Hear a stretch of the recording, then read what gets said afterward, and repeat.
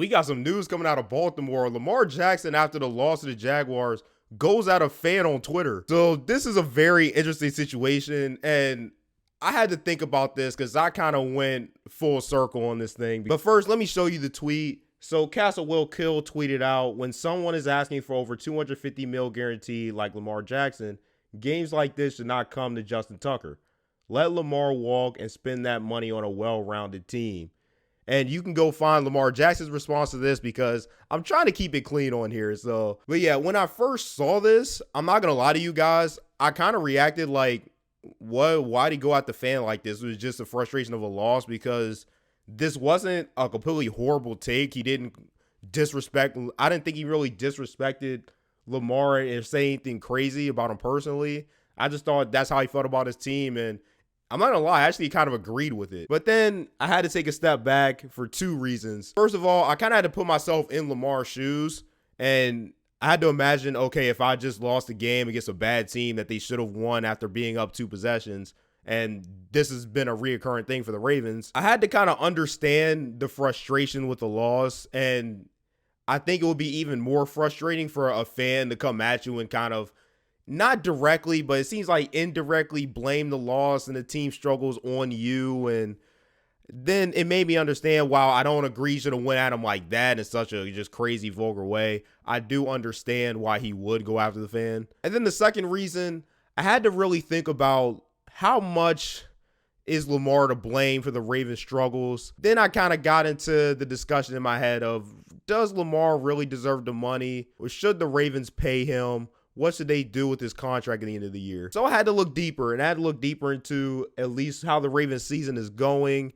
and what's happening with Lamar Jackson in this year that he's betting on himself. So Lamar is having a decent season for his standards. For most quarterbacks, is having a good season. He has 17 touchdowns and 7 interceptions. QBR is 10th in the league. I think he's run for just about 750 yards. So yeah, stats are good, but not great. Not what his MVP season was, but he's still having a solid year, at least statistics-wise. But I think when you talk about the Ravens and the 2022 Ravens, you can't talk about them without the blown leads. The Ravens have blown 4 2-possession games. When you look at their record, they're 7-4, which means they really could be 11-0 right now. So you talk about the Ravens, you have to look at that. And when you look at that, you have to say, okay, who or what is responsible for these losses? I think some fans are putting it on Lamar Jackson and saying he's not making enough plays to win. He's not a good enough passer for them to sustain their offense for the whole game. I know a couple Ravens fans. I know some of you are actually probably going to watch this video.